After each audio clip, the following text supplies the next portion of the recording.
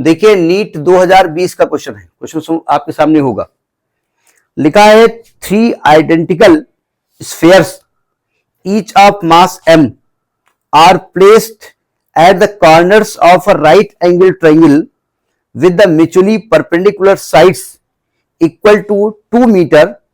सी figure, वह figure दिया हुआ है।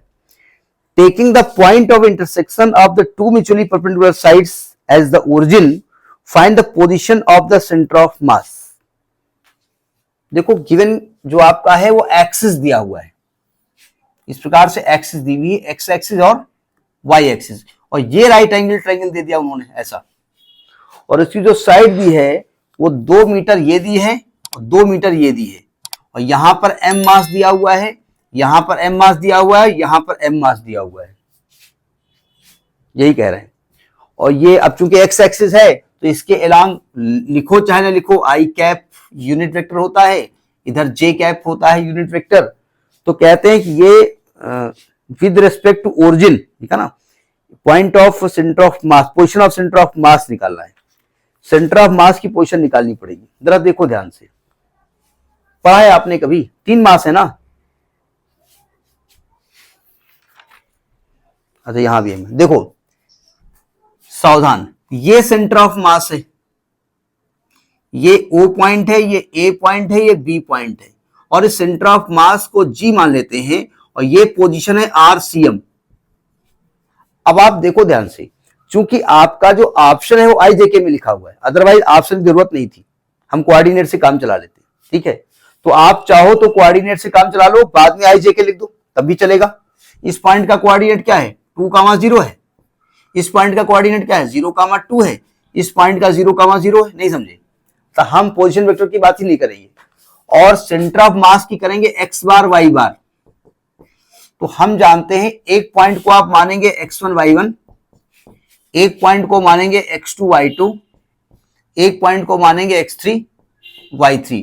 तो आप जानते हैं x बार क्या होगा, m1 x1 plus m2 x2 plus m3 x3 अपान m1 plus m2 plus m3, नहीं समझे। अब जरा एक बात ध्यान रखिएगा, कभी कभी क्या होता है कि वो ये वाला मास कंसीडर नहीं करते, ये वाला मास, ठीक है, ऐसा क्यों नहीं कंसीडर करेंगे, क्योंकि कुछ बोला तो नहीं इन्होंने। एक मिनट क्वेश्चन को ध्यान से देख लेते हैं।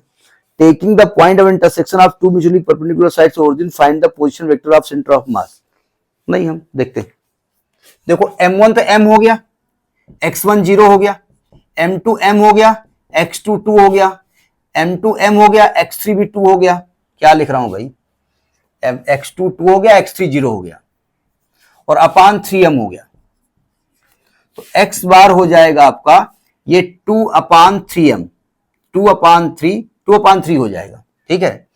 और जब y बार लिखेंगे तो m1 y1 होगा, m1 m हो गया, y1 0 हो गया, m2 m हो गया, y2 0 हो गया, ये देखिए m3 m हो गया, y3 2 हो गया, अपान 3m हो गया, तो ये भी आपका 2 अपान 3 हो गया। तो क्या मैं इसको लिख सकता हूं 2 अपान 3 कामा 2 अपान 3। तो जो सेंटर ऑफ मास जो OG होगा वो होगा 2 अपान 3i प्लस 2 अपान 3j, ऐसे लिखा जाएगा, ठीक है, ये 2D में ऐसा लिखा जाएगा। समझ में बात आई कि नहीं आई? तो इसका ऑप्शन आपका आएगा 2/3i plus j। C part is correct. Book में जो आंसर दिया है उन्होंने ये वाला m कंसीडर नहीं किया है, क्यों नहीं किया है तो वो जाने, गलत है, वो नहीं मानेंगे। ये लॉजिक सही है कि नहीं, गलत है, सही है ना, करिए इसको।